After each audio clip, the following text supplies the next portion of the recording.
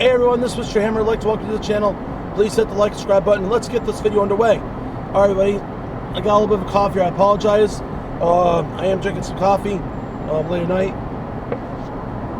And okay, so not everyone's going to agree with me on this, but and for those of you who don't agree, I'd love to hear your comments below.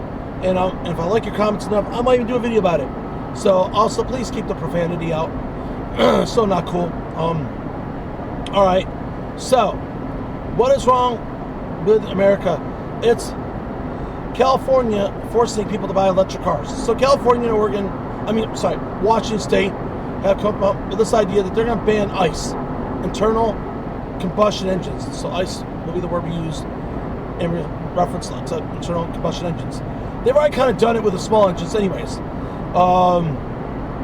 And, you know, the problem with electric cars, so they're great vehicles, don't get me wrong. However, one, it's the recharge time, but number two, the grid cannot handle all those electric cars. So I'll give you an example. It's a 95-degree day in Los Angeles, super hot. Everyone's running their air conditioners to keep cool, and then nighttime everybody plugs their cars and they charge, and the electric grid goes offline because just too much demand for electricity, and the grid can't keep up. And that's the problem. Is that California's infrastructure, electrical infrastructure, cannot handle it, and some of the solutions are very expensive.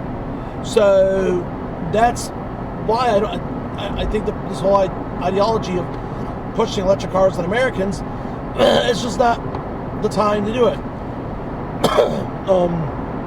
I think that, right now, when you take a look at Tesla, right, it takes anywhere from 12 hours to 30 minutes to charge up, depending on how you do it, right? And the nation itself doesn't have a lot of charging stations, and when they do, for the ones that have them, they're all in use. So it's just not enough stations, charging infrastructure.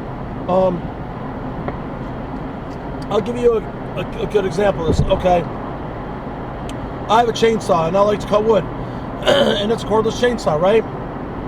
No problem. It came on battery. Then I bought a second battery. Next year I bought 3 batteries, right? And what ended up happening was, and I bought 4 batteries and a 5th battery. And basically, when I bought the 3rd battery, I only had 1 charger. So that means for me to recharge all the batteries for the chainsaw, it would take me about 2 hours roughly to charge it, because I only had 1 charging box. So if you think of each battery pack as a car, basically the 3rd battery would be waiting an hour just to charge, and an hour and a half to be fully charged. So that's the problem. Is there just isn't a charging infrastructure, and the solutions are very expensive. But I'll share it with you. What would have to happen in California is every home in California would have to be fitted with solar panels to be able to provide the electricity to run the home and charge the car. Most people just are not going to spend that kind of money. So what's happening is they're saying, by the time we put solar panels on this house, as we another $80,000, $90,000 for the solar panels, the batteries, and so forth, whatever the cost is. And then also, if the electric car breaks down, the batteries cost more than what the car's worth. I'll give you an example. So I'm in this Sequoia, right? So if there's a problem with the fuel tank, right, and let's say it's leaking gas, right, I can spend $1,000 or so on a fuel tank, maybe a little bit more, $1,000, let's say $1,200, pay a mechanic to install it and be done with it. Where a Tesla, it's easily $25,000, $30,000, and to get the battery, for the batteries. Electric cars are just, so that's the problem. And also, the materials used to make the batteries doesn't help the environment really in the long run. Now, let's not get environmental here, but that's why it's wrong to be pushing this idea of electric cars on Americans. And getting what I said about California, the people of California, they're going to start leaving the state. Well, they're leaving the state anyway, so that's going to be the point. And I can see the comments coming in. People are leaving California because it's expensive, and they don't agree with the politics.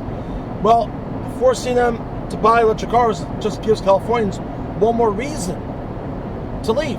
Now, with all due respect to California's expensive anyway. So I spoke with a lady the other day, and she said gas is about $7 a gallon, and San Francisco is $6.10, and but California's got some beautiful places, just too expensive to go. So, California's a big state.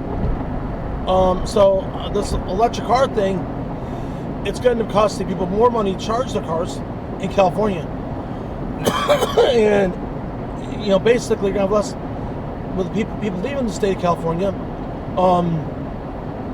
Basically, you're going to have less jobs, and it's going to trigger a recession in California. Now, that can be a lot of politics and economics and that, but this all stems from banning internal combustion engines. If people can't drive their gasoline-powered cars, they don't necessarily want to stay in California, and they're going to start looking for a reason to get out. And the other states would be more than happy to welcome them. So, that's really, I guess, the kind of point about it. As to what is wrong with America is, and it is a solution. Like I said, to put solar panels on your home. What now? I'm not against solar panels. I see people in RVs do it all the time. But how practical is California going to offer incentive for people to put solar panels on their homes until they go green? Again, guys, sorry about the cough. Oh, I drank some hot chocolate, and it went down the wrong pipe. All right, guys, girls, thank you for watching this video. All right, bye-bye.